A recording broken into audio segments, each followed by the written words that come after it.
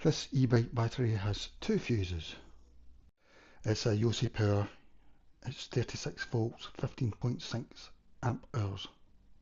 It seems e-bike fuses tend to have two fuses, one for the charge circuit and one for the discharge circuit, which makes a lot of sense.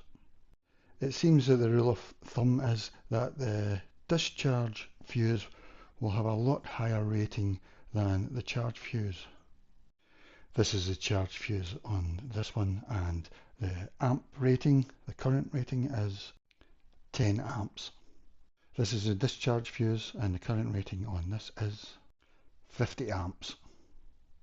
These came as spares with this kit, so it's very important to get the exact correct ones for your battery. I mean current rating, because actually these are just car fuses, vehicle fuses, and you can get them really cheap, eBay, anywhere, but just as long as you get the right ones. They use a sort of colour to give you an idea of the current rating, which is the important thing. This one's okay, as you can see, but this one's blown, and that's why I'm making this video, because I'm having to change my charge fuse. And you know, it'll be the charge fuse if your motor still works, your battery still works, but you can't recharge it. So that then it's probably almost definitely the charge fuse that's gone.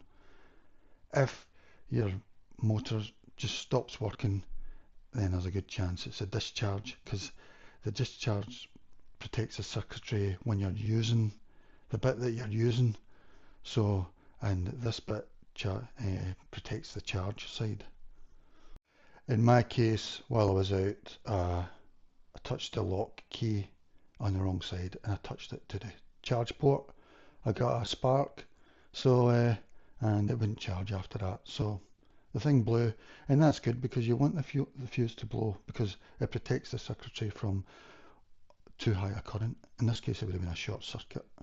So the ratio on this battery is 5:1 for these two fuses. I'm amazed at how big the currents are, 10 amps, even for charge, that's pretty big, but it means anything over 10 amps will blow in a fuse, or that's what should happen. Same with discharge, that's when you're actually using the motor. Anything over 50 amps will blow the fuse, which is what you want to protect your circuit. They're acting as sacrificial things, Alright, that's it really. I just wanted to tell you about, usually e-bike batteries, I've got two fuses. It's really vehicle fuses they're using, but make sure you get the right current rating for your fuses.